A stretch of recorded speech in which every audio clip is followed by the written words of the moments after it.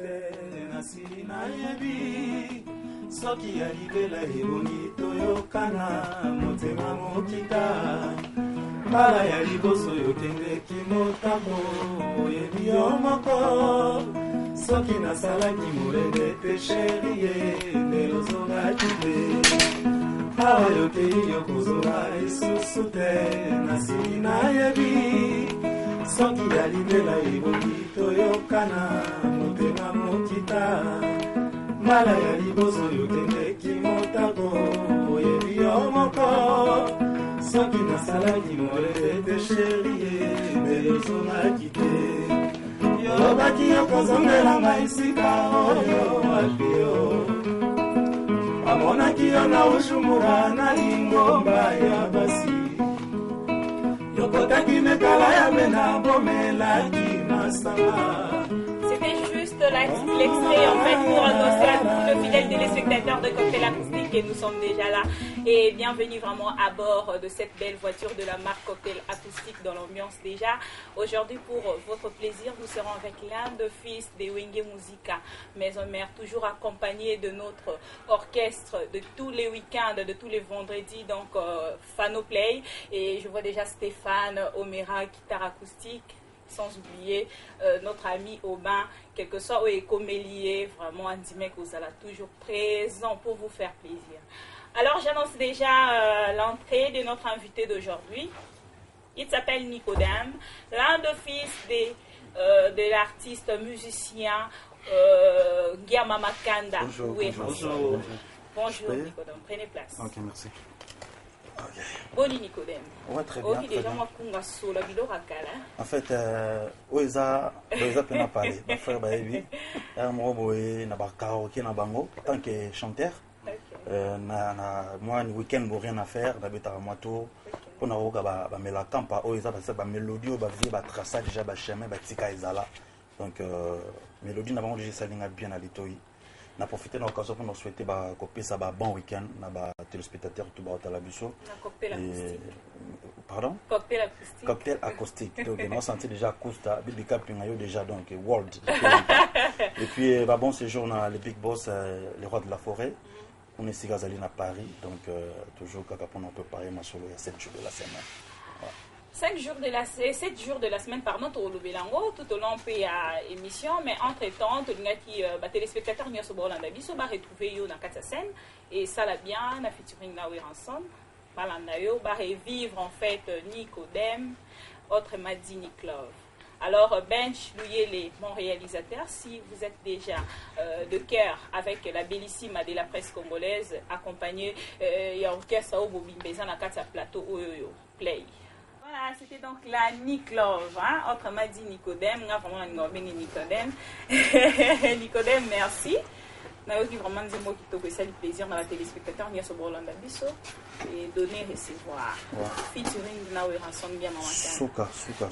Donc, c'est ça que c'est un patron dans le roi de la forêt, merci. Juste un petit rappel à tous les téléspectateurs fidèles de cette belle grande émission Cocktail Acoustique. Niclove, ancien artiste musicien, il y a Ferregola, patron.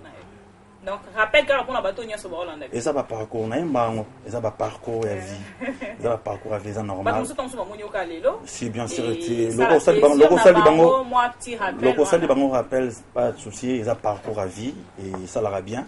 Mututu azarana moi descendant ça s'appelle ici comme tremplin là pour notre tambola. Après ça les sélections, il y a des artistes musiciens qui lancé dans les réseaux sociaux pour pas sélectionner, va sélectionner qui Niclove, y compris vient dans mon voisin dans Mata Diazolanda Bisso, président Bodis. Ah OK, président Bodis. Na PC Bambote président Bodis.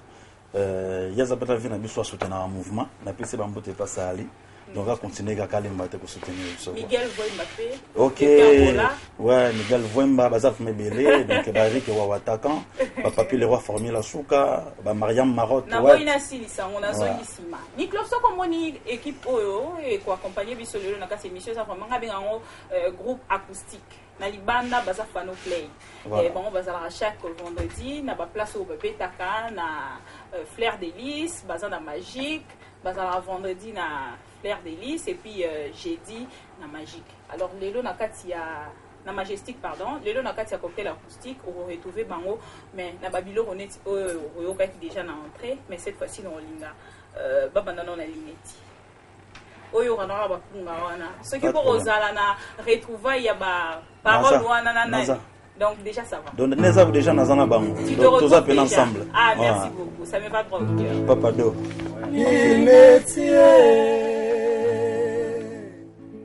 lineti na ngana mama o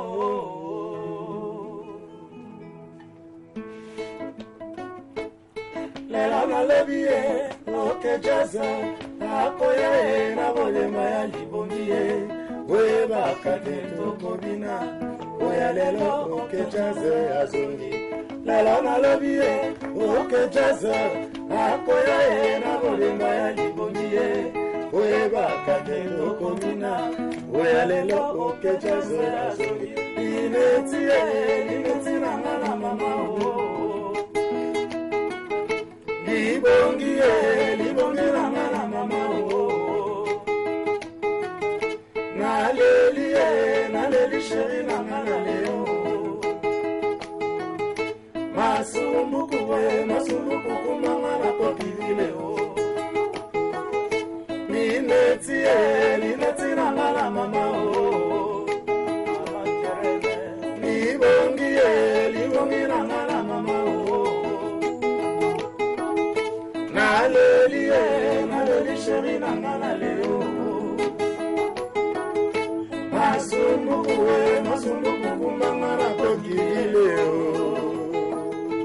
blo Oka oh mama mon colonel Chibasu lineti na ngana mama o. Merci beaucoup Fano Play, merci beaucoup. Et vous êtes déjà dans cocktail acoustique, l'ambiance à vous couper les souffles, comme si vous y étiez fidèles. Téléspectateurs de cette émission, bienvenue à bord. Namoro toujours na volant, et mais le lot dans un bandi na Nicodème. Niklov. Ok, lengi ya banzembo oyo. Soso yo kango obi osala neti moi, hein? Osala moi différence. Na lelo na musique oyo ezobeta malelo. Oko tia bango wapi? Toko komi pesa combien? Ma musique oyo eza musique oyo ba vient na biso bancetre ba papa ba koko ba sala. Donc yango nem te bota musique na biso toza biso to sala. Yango te bota. Mais au monde on ngeze sala mela, et ça mela bien. Si, c'est la musique congolaise. C'est la musique congolaise, et la musique congolaise parce que tu vois likolo wana batika. Yango nga ezali. So tela tana woni musique à maison mais pas le roi de la forêt, tu as likolo mo wa tu as ba frisa, tu as ba ok jazz, tu as ba demba, sentir donc ça lokolo la musique oh ba grand calé na ba Nico Kasanda, ancêtre musique congolaise ba sala déjà nzela batika.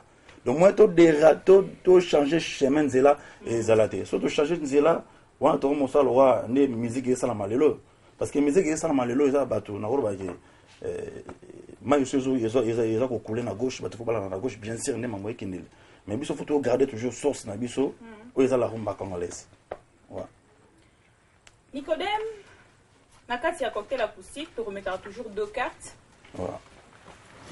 Na carte a deux cartes, il y a cocktail acoustique, ils ont noir, na orange. Orange. Alors na carte il y a deux cartes, yo bando ponara couleur, on a posé aux questions. Ah. Innovation, hein. Merci beaucoup. Vraiment, c'est la grande équipe en fait de cocktail acoustique. Là, je vois Pamphile, Papado, Benjamin Luyele, Batomaël, Elika Homofortis, Big Manager. Batomaël et RTG. Donc, Nassi, il faut qu'Aragiba. Il faut qu'Aragiba. Merci beaucoup. Alors, il y a une couleur. Sur la couleur. Maintenant, des couleurs, on a une couleur qu'on a préférée. Mais au moins, on a un thème, on a un mot de soupe. On a un thème, on a un mot de soupe. On a deux couleurs, on a la couleur, on a préférée. Donc, il n'y a pas de problème. Aux couleurs, on a déjà une tendance au Sokinde. Il y a une tendance, on a Benj Bouyele, on a Stéphane Malonda. Donc, on fait ce qu'on mixe, on a la tendance à couleur. D'accord. Merci beaucoup. On peut commencer? Ok. Avec quelle couleur? Noir. Noir. Voilà. Nicodème, Lelo, Tozo Bengo Niklov, aux en akata wenge musique à maison mère.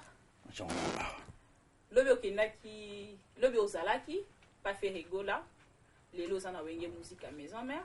Sauf Lobi peut-être Nicodème a ça la différence, Niklov a ça la différence, il y a avant à actuel. Merci pour la question. Différence ou est Rosala. Père Nayo, il fait bon ou actuel, ne savons ma casse collègue. Donc en fait na bref donc question na izaka la moi comparaison il y a père na grand-père. Père na grand-père. Donc je peux dire quoi? Donc père ils ont un parcours à vie. Que Nicodème quartier, ok ça va quartier tout ça et pas faire rigolo là et puis na demande mukili batu ba reconnaître nga batu ba ibanga et puis les pays cela qui était na tikana ngai père na changé na chemin place on a na tuni bon côté na bi so to bio ça la peut-être différence on reprendre par bien ou faux. Donc juste là sans explication. Mais bon, ça se voit et aujourd'hui je me retrouve plus même par rapport à mon travail. Le roi de la forêt a fait sa chance, il y a un moi qui tout à la donner recevoir. Oui, ça peut être place dans la vie, mais j'ai chance on a été mais j'ai pas tant ébélé aux alakuna. Comprends? De deux, quand si quelqu'un s'exprimer librement en tant que chanteur. Le niveau de yemba. Comprends? Oui, ma donc c'est la chance il y a ça là cause en opus pardon titre na kati ya mouvement. Voilà. Na wenge musique à maison mais reçu chance on a de différence y en a. Et puis carrière ngai encadrement au roi de la forêt pour encadrer moi personnellement ça se voit ils ont mon ana initié ngana lobango et na ba fanatique na biso ba ngaka oni musique à maison mère au ba nganga Nicodème ba mon évolution donc suis allé que na sala toa ba ngaba ibisa ke toa mais le roi na sala taban donc direct donc tout ça quoi avancer na chemin on a musalango donc différence c'est ça makasi vraiment. Merci beaucoup. OK. Et donc la deuxième carte après tu rejoins tout ça lelo ambiance ya cocktail acoustique. D'accord. Vous autres préférez to continuer avec carte en tout cas quand bandi. So c'est bando penalty. Bon, il me fait bandi c'est quoi? Première question, moi question normal na plaisir na tranquille na répondre pas à l'aise. Merci beaucoup. Donc voilà taureau continue la question. La question au voilà. Donc la deuxième carte. La deuxième carte na temiga na noir. Temiga noir. Voilà. Non, même pas. Parce que Juliette la ligne à carte. Ah, Moindo, hein? T'es Moindo, ils avaient bon.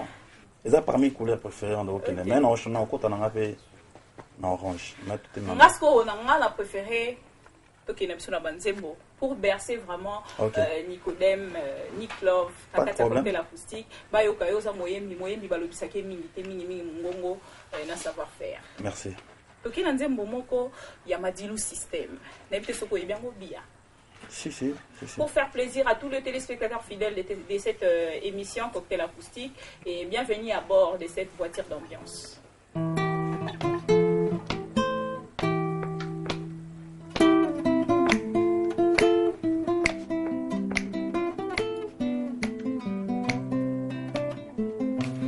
Mami wa pebeya Bia tobotana ya bana mandenge nalingaki ezali pafa bandoto nalotaka na butu tala lumière na pesi ya solo nzambe apesa ngai ezali pafa bandoto nalotaka na butu Et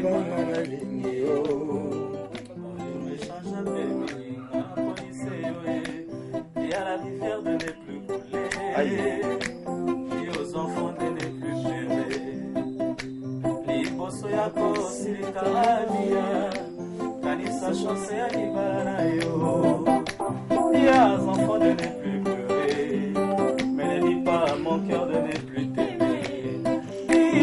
Ia mon aligné yo, komi kopesa na pasi ya liwa. Nakanaki na otobana yo ozongisanga susi yango mwana Satana nini apesi losambo osalelanga esakola ya mawa molimo mpe mabanzo ekolandalanda yo Seigneur ngana kolela iya kola lingi yo poni yokomi kopesanga pasi ya liwa basala ngai kaka mpona yo afane na ngai alingaka yo mingi nabotama dimashe lokola yo horoscope yanga na ekokana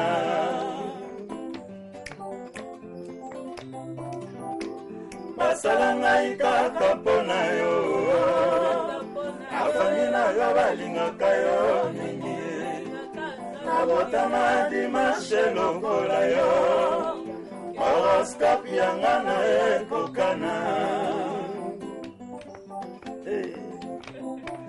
molimo ntango elingaka ekokaka mawa molimo ekomangangiriti ebebisaka moto na bolinga generation yo mama batela bana kobebisa te pardon basala ngai kaka mpona yo obibikapi na ye alingaka yo apafile papadoko dimashe lokola yo horoscope yanga na ekokana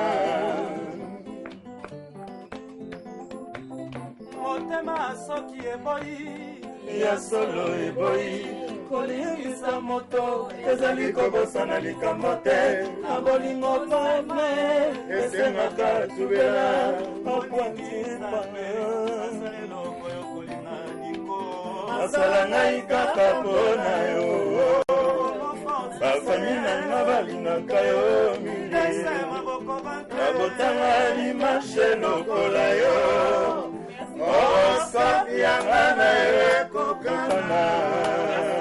Merci beaucoup. Alors, cette chanson, moi je la dédie vraiment à un grand monsieur depuis Angola.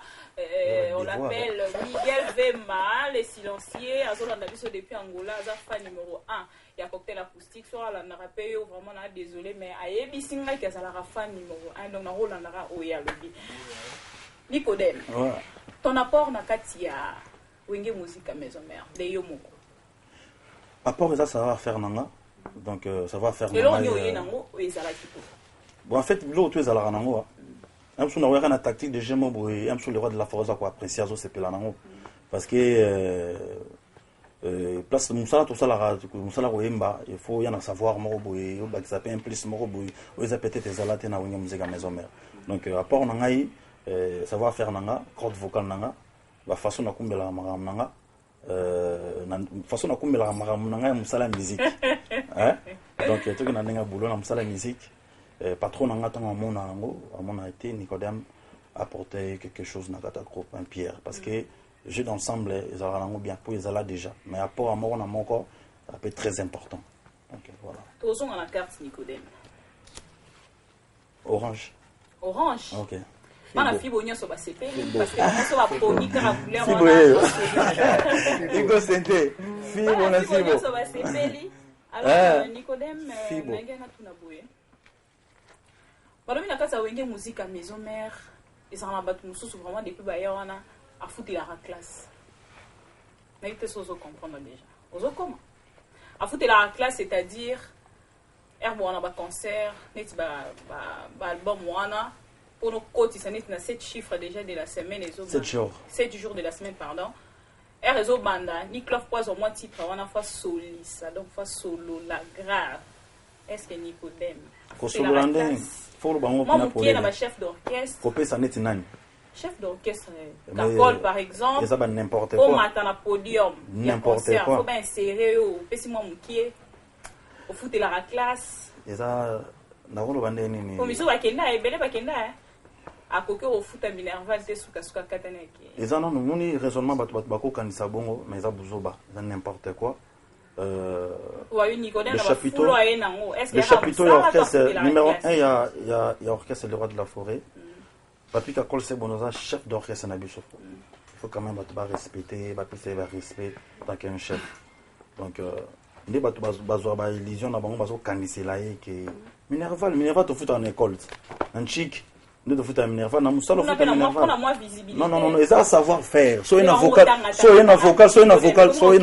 yo makasi so un avocat na makasi on est là no moins bien parce que tout ça déjà tiro sort ezate ko yene lo no beta on ndenga kulia ya kuzu te po beta mo pena ke botana ba chanteur ba grand chanteur ba musique maison mère bazana beti pe lo no mo bo so ça bien on a ba tutu ba votant comprendre boulon ndule kenda bon yande mutu fo zane na talent so na talenté parce que on ndo kuta na ba tu muso sona so kuta na ba manzaka ba cabine avancée ba ofuta Minerval pa bango. Merci beaucoup. J'espère que Miguel Mbilia, le designer FX Ayoki, et vraiment les petites questions qui n'a pas naé. Ayoki non répondre, non réagir, mais Nicodème par rapport à voyage, balobi bolé mbinzoto. Quel voyage? Ah bibi. Voyage. Ok, et ça là vraiment, et ça la Sonia.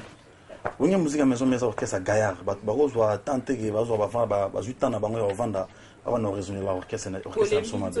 Tu voyages trop. Mon maison mère. Et bima trop. Tu voyages trop. Et ça, tu es qui va na kini va na monde entier. Tu as une production tu es dans les États-Unis d'Amérique. Donc loi tu es à concert aux États-Unis d'Amérique. Alors concert on a pour l'orchestre déplacé kende. Et ça dit nga ba webi sanga to vandi bonga na muta. Oui, ça j'ai fait un nom président. Non, pas zana sisa. Nga za mutakati. Nga na za mutakati.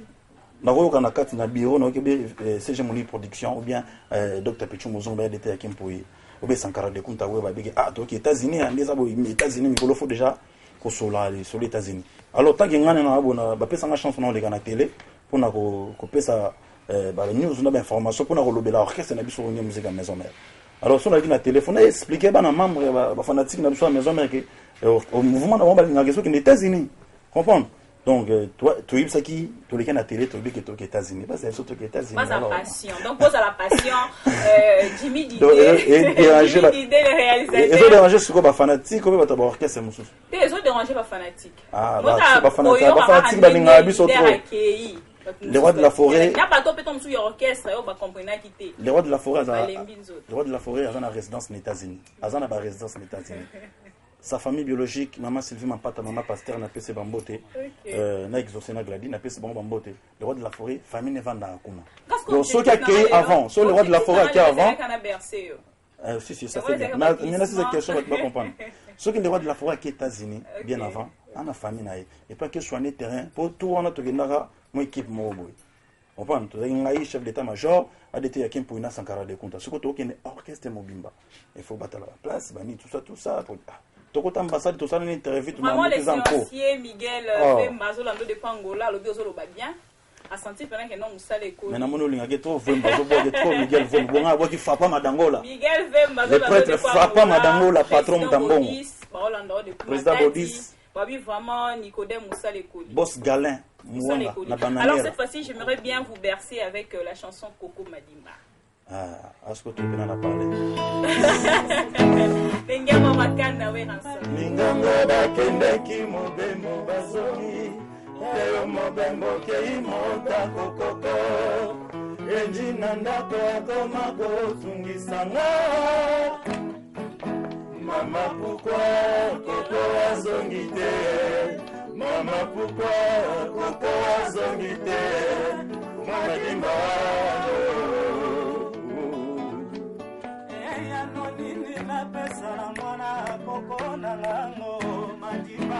Omeso pesa kine bandeli ya bolingo koko okenju katina kokende penatika yo lelo ekomi okende azonaka te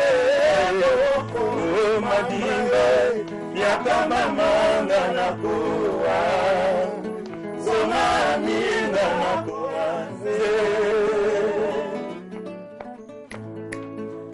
malele de miko ole mari desma boko manka kolela anokeli vula o fortise o meso pesa kine bandeli ya bolingo koko okenju katina kokende penatika yo lelo ekomi yokende azonaka te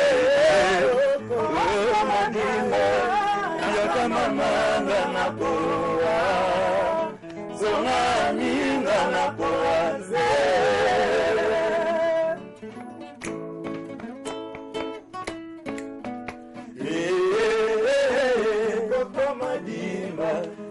yokamati yanga bolingo yopesi kuna nani soki olingaki nga melekomi ya mwete yokamati mokano kokose na nsima na ngai kasi ebongaki ozelaki no na kozonga ngawa yo mobaye eloko babengi bolingo mpasi bisengoli kokomesa makolo yakasielayo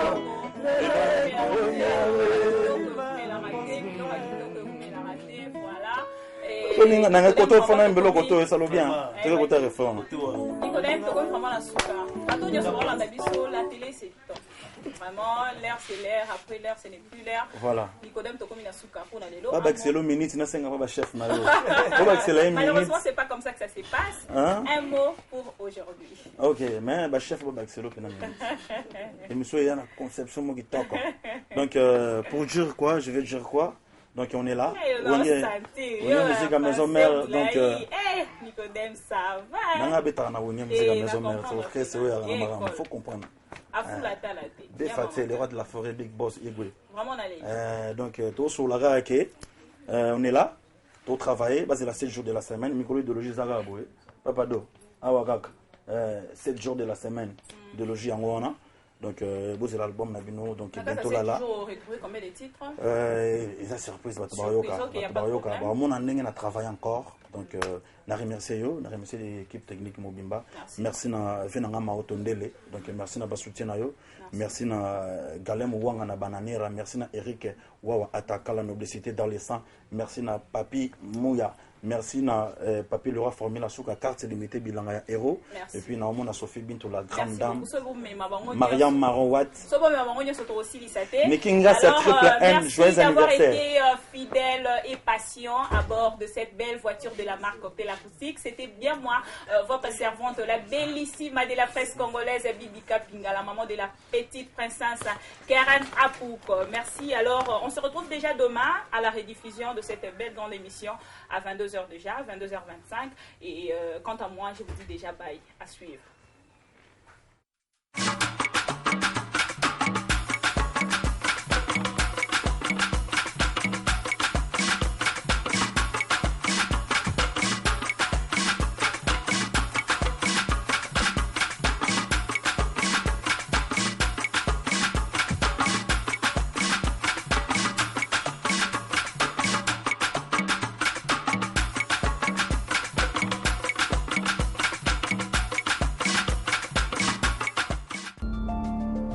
RTG Award, Milton Chen, un monde.